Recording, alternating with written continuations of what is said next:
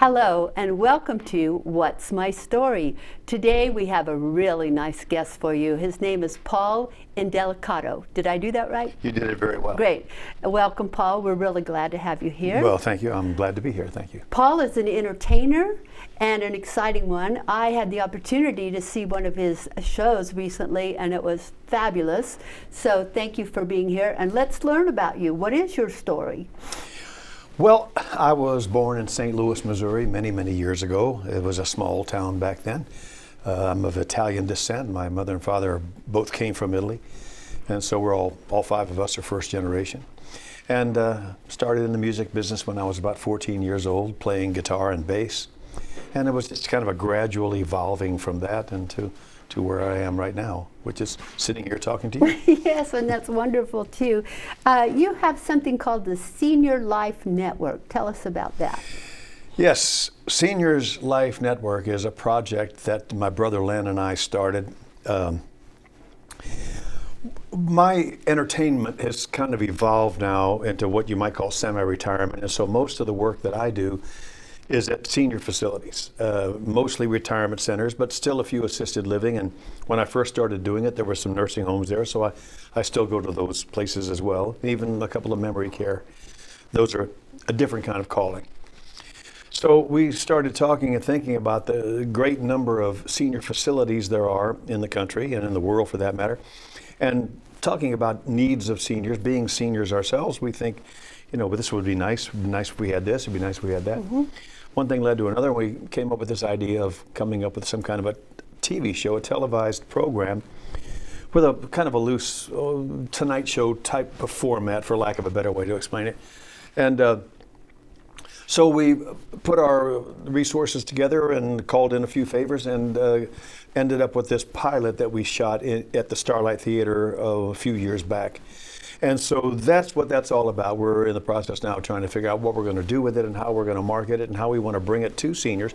And it's just an entertainment-based program slash talk show slash entertainment, more of a focus on entertainment than talk, but with various segments in between it that have to do with senior needs like nutrition or health, exercise, how to prevent getting taken advantage of, exploitation, and that sort of thing. A lot of different things that I think would be of interest and benefit to seniors. Right. So that's where it is, and we're now just trying to figure out exactly what we're going to do with it and how we're going to get it marketed and how we're going to present it to the public. Yeah, well, maybe we'll just put it right here on this channel. Well, that'd be wonderful. That'd be great. Wonderful.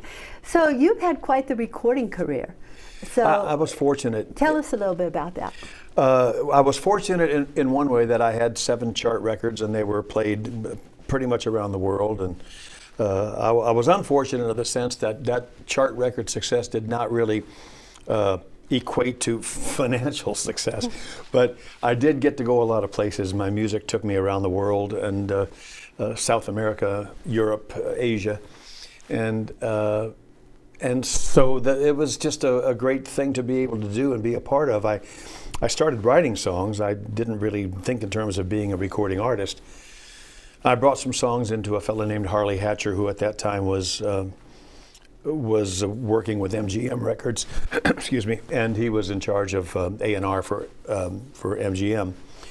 And I was just trying to sell the songs. I said, if you have any artists that you think might be interested in some of these. He called me up a month or two later and said, you know, I was listening to your songs and I was prepared to say, but. I thought that's what, he says, and they're good songs, but I really liked what I heard is you singing and I'd like to record you. He was just starting up a new record company called Artists of America Records. This was a few years back now. And I was the first artist, and out of that record company, we spawned 7 chart records. So amazing. That's great. I hope you don't ask me to name them because it was a long, I remember the 2 biggest ones, but I don't remember them all. You don't remember them all. Do you remember meeting Elvis? You know, that's one of the highlights of my life. I have met a lot of famous people, not to the extent that my good friend Nelson Sardelli, one of your guests, I watched that interview, it was great. Thank you. No, he's really mingled with the biggest and the best, and what I've met is just a drop in the bucket compared to who he knows and who he's worked with. But When I was a young musician, this would have been maybe around 1968. A friend of mine, Frank Perazzo, called me up. He was a bass player. He said, "Paul, I got this job at I don't remember the name of the studio. It might have been United Artists, wherever Elvis did his movies." And he said, "But I can't do it. It's a rap party. They just finished a movie. The movie was called Stay Away Joe. He played the part of an Indian." And he said, "Do you think you can cover for me and do it?" I said, "Sure, I'd be glad to do it." So I packed my bass and my amp, and I headed to the studio and met up with the other guys in the band. We talked for a few minutes, and we started playing. And so this, as I said, was a rap party. It's the kind of party they do when they conclude the filming of a movie. So it's like the wrap up of everything. When the director says that's a wrap, that's the final scene has just been shot. And then you get a party. Right. So we're playing. People are dancing. People are mingling. And then about 30 minutes later, Elvis walks in. And I'm not a starstruck type of person. I if somebody really wanted to meet me, I'd go halfway around the world to meet him. But if somebody was across the street and I just wanted to meet them, I wouldn't go across the street to bother them. Right. You know, you feel like you're infringing on their. So Elvis walks in, and it was such an event. And you could use the word charisma, and I don't know why he had it, except that maybe it was because of his successor, some innate quality that he had. But he walked in, and the entire room just lit up. So about 20 minutes later, we're playing. About 20 minutes later, he walked up to me and he said, "Hey man, do you mind if I play your bass?" So I found out later he was infatuated with bass playing, and he wanted to be a bass player. So I said, "Yeah." I said, "You can have it." And so anyway, he took the bass and he played a couple of tunes, and I sang. The two songs were, one of them was "What I Say" by Ray Charles, and the other one was "Think If I Remember Right, Johnny Be Good" by Chuck Berry. And so my claim to fame now, that I can say that not many people can say, is that for two songs in my career, Elvis was my bass player. Yeah, he was your backup, right? Yeah, you were the star. That was my one and only meeting with Elvis. I never saw him before that, never saw him after that. But he was very gracious and very really kind of shy. He wasn't really outgoing or anything like that, or overt. He was very polite when he asked me, and then again, he signed a couple of albums to me that I gave to my nieces and nephews. How cool! And he thanked me at that time again for letting him play my bass. Yeah, he was a very, very nice person. I thought so. He used to occasionally, when he performed at the Hilton, was it the International back then? It was the International, yeah. He would have parties in his suite afterwards, and he would invite some of the girls that were in the audience that were kind of pretty, you know. And so I did get invited to those. I was just going to say, he certainly would have had to invite you. Oh, thank you. But I did get invited a couple times. But he was extremely shy. He kind of kept to himself, even though it was his party and everybody was involved. He spent a lot of time looking out the window and kind of being alone. He was a fairly private individual, and not really the outgoing type. No. Not the kind that's synonymous with successful entertainers. Yeah. Most of them really like to be in the center of attention, Right. that sort of thing. But he was a very Yeah, quiet so guy. I'm very honored to be in your company as I was in his. I was very honored to meet him, and you know, he was a part of history, you know, the musical history of our world. Well, he's on a postage stamp, for goodness sake. So. Is he really? I didn't know that. I don't. It's not issued now, but he was at one time on a stamp. Wow, that's so cool. So what's next, Paul, for you? Well, next is just continuing what I'm doing as far as working in senior facilities and doing what I can for seniors, and trying to develop Seniors Life Network and seeing what we can do with that. I have other television concepts. I live in Tennessee, in the Smoky Mountain area, right on the border between North Carolina and Tennessee. And for a while, I had a dinner theater back there. Ooh. And in that dinner theater, we did a television show called Tonight in the Smokies. Oh. And again, it was kind of a loosely based Tonight Show type of presentation, presenting local entertainment. And I think I'd like to bring that back. I think I'd like to, go back to the Smoky Mountain. I mean, I still spend half my time there, but I'd like to go back there and maybe rekindle that show and see if I can bring that, resuscitate that one. Maybe you could do a Tonight in Las Vegas. Well, that was the original concept, but Las Vegas is so saturated with so many people trying to do so many different things. And it's a wonderful place, but I don't know, it's maybe for me, having lived in the Smoky Mountains in Tennessee and North Carolina for the last 22 years, Las Vegas is now a little more fast-paced than I can keep up with. I'm not saying that's a bad thing, but it's a little more, I think, than I can do. Oh, I So- don't think so. I think you can keep up. What I've seen and what I've heard, I think you can definitely keep up. But that was the original thought, tonight in Las Vegas. And so I don't know if all those cards are on the table, and I think Yeah. whatever kind of pops up and whatever we might be Well, able to I do. saw your pilot, and it definitely was like kind of like a Tonight Show. You were a very good host Oh, in well, the thank you. pilot. I felt very comfortable with you as the host. Thank you. And your musicians were great, and it was just a really, the pilot was great. I think if the right person sees it, you know, who knows what'll happen. Well, thank you, and I did enjoy doing that, and I will say it's nice to have someone else asking the questions and trying to think of something clever to say, because I didn't always do the best job of that, of coming up with the right questions. But Isn't it interesting when you're in the position of being the host, and you're supposed to feature the other person and make them look as good as you can? Well, I try so hard to think of the right questions to make them look good, and sometimes I just kind of get, what do I ask now? You know, my brain is like turning. Did you feel that I experience? did, and I see it when I watch the pilot, but other people don't see it. So there are things that we do, and there are areas in which we feel we fall short that other people really don't notice.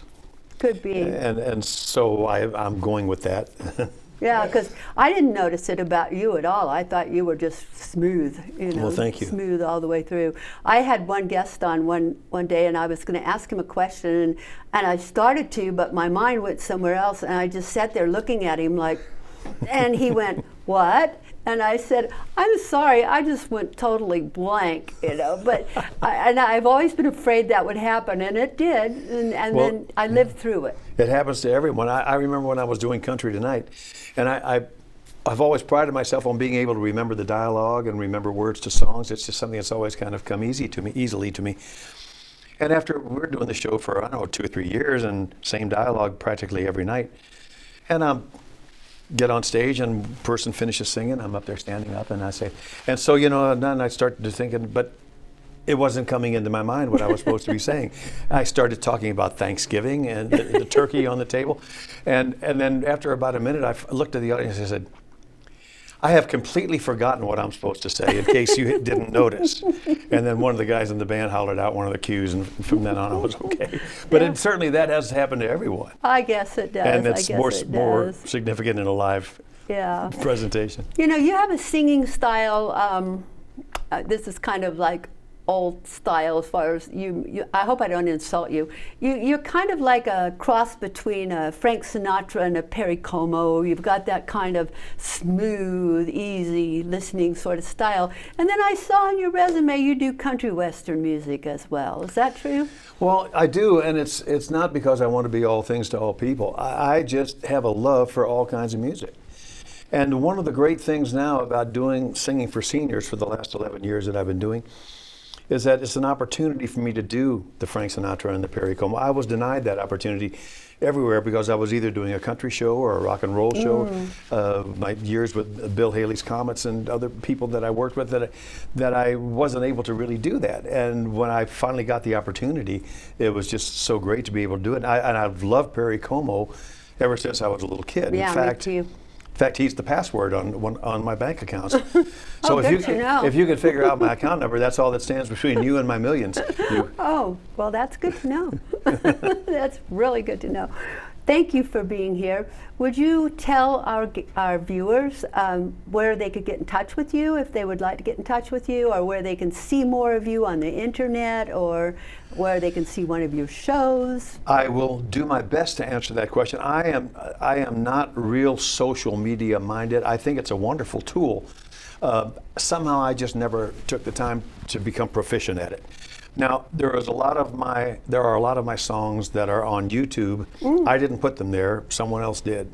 And so from the 5 albums that I've recorded, there is a lot of content there, mostly under the name Paul Delicato, some of it under the name of Paul InDelicato. Delicato was the recording name when I was with the record company. And so there is that. Music is available, some of it on iTunes. I've seen some of my songs on iTunes, on Spotify. You can ask Alexa to play some of my songs. good. Yeah. And if she's in a good mood, she'll play one. And as far as contact with me, I've got an email address, and I'm glad to give it to you. But I get so much mail so much spam mail. Right. It's like the next day I clear it off. There's another maybe 150 emails in there, and I don't know who's got the time to sit through all that and delete them all. But Well, what we can do is we can just put your name up so people can see the way it's spelled, and then they can go to YouTube and look you up. okay, and that's good. You can do that, and I'll give you my email address anyway, because I'm eventually going to dedicate one to Seniors Life Network and some of these other projects that I'm doing. And then that will be made available to you on the regular email. But it's PI, like private investigator, 777 PD, like police department, at AOL.com. You got a fascination with the law? No, it's just that, well, I'm used to saying it over the phone, and sometimes P's sound like D's, and you know, so. I was just teasing you. Just teasing you. Well, thank you so much for being here. This has been fun. I've really enjoyed the time with you. Well, I thank you. Can we shake hands? Oh, of course. I appreciate Thank the you. opportunity, and thank you, and best of luck in all you do as well, and I'm sure we'll be seeing each other again. Thank you. Thank you. And thank you for joining us today. And come back next week. We'll have another exciting guest.